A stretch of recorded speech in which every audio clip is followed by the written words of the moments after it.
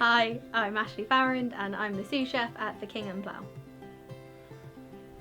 At the Kingham Plough we've got a nice barn area, a kind of more small private red room, and then our main restaurant's called the Bar, so we have about 70 covers. We are a British pub, so we very much focus on some classical pub food with fish and chips and burgers, but then we like to make sure we're using seasonal and local produce. We are in the Cotswolds, so we do have an amazing variety of produce around us. So we use local venison. Our meat is literally 6 miles down the road. We visited the farm. Our bread supplier, they won silver in the sourdough awards across the country. I've actually worked there for a few weeks firsthand, learning how to make it with the bakers.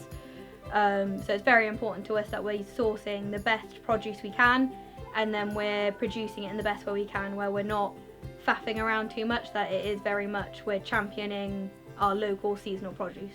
My inspiration for the chocolate rye cake with fudge sauce and cherry is very much nostalgia, so it's a take on a chocolate fudge cake.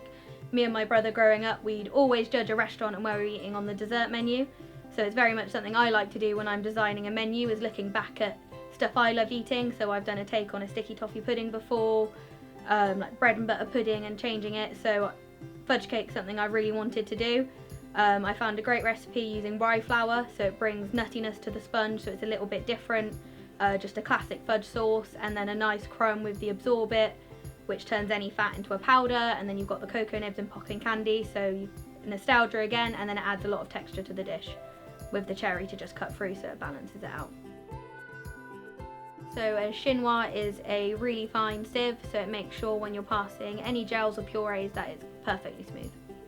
We have it on our menu currently at the Plough now, so I make sure that the sponge is portioned up. We're portioning it into triangles, which are 6 centimetres going to a point in the middle. Any trim that's left over from that cake we blend up with some of the fudge sauce, and we're rolling it out into truffles for the petit fours, so there's no wastage. The crumb is in an airtight container ready to go. For service, it is important that we make a big batch, we back it down, and then we just have a little bit out at a time to make sure it's fresh. The sorbet is churned, ready to go. We have a rouser which is similar to a Pack-O-Jet, so you freeze it solid, and then it's almost like a special blender that churns it for us. So the crumb is a good base for any dessert when you're plating any sorbet or ice creams, so it's good to have some sort of crumb because it will stop the ice cream rolling around on the plate, so when the waiters take it out, it's presented to the guest as it left the kitchen. We then have the cake on the top. We serve the sauce on the side so the customer can pour it on themselves. It also keeps the dish nice and tidy. And then the gel is just a nice blob because it helps cut through the richness of the dish, so it's a balanced dish at the end. I've always wanted to be a chef from as long as I can remember. I've always loved cooking with my mum in the kitchen. She was not the best cook at all, so it's a joke in our family that it was fight or flight. You have to cook for yourselves. And I'd always cooked growing up. I always enjoyed food tech. I was quite academic myself, so my parents and teachers were kind of trying to steer me to that quite a lot.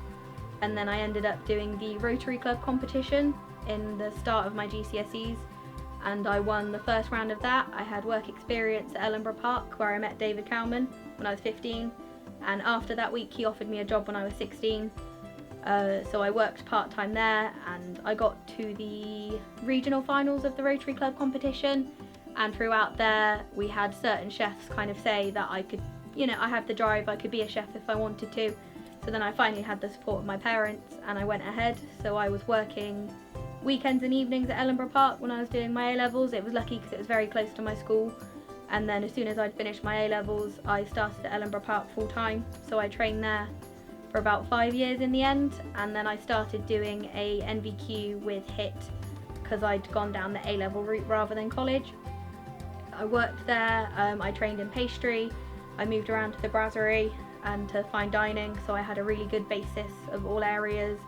And then I've just moved around different jobs in the Cotswolds, progressing higher and higher, and with my kind of academic sides, and I love maths, I've made sure that I know how the running of the business works, how to cost out dishes, the ordering, making sure your stock rotating properly, because it's so important as a chef. It's not just the food, it's the fact that you are a business, so you need to make money, your dishes need to be costed out, and just because you have this amazing produce, you need to care for it, you need to make sure you're rotating the stock so nothing's going out of date, because it's money and it's waste of food and it's money in the bin. It's your responsibility to make sure what you're producing is sustainable for the business and for the environment, so you need to make sure that you're rotating the stock, that nothing's going out of date, and you're making the best use of what you have and it's being used seasonal and at its very best.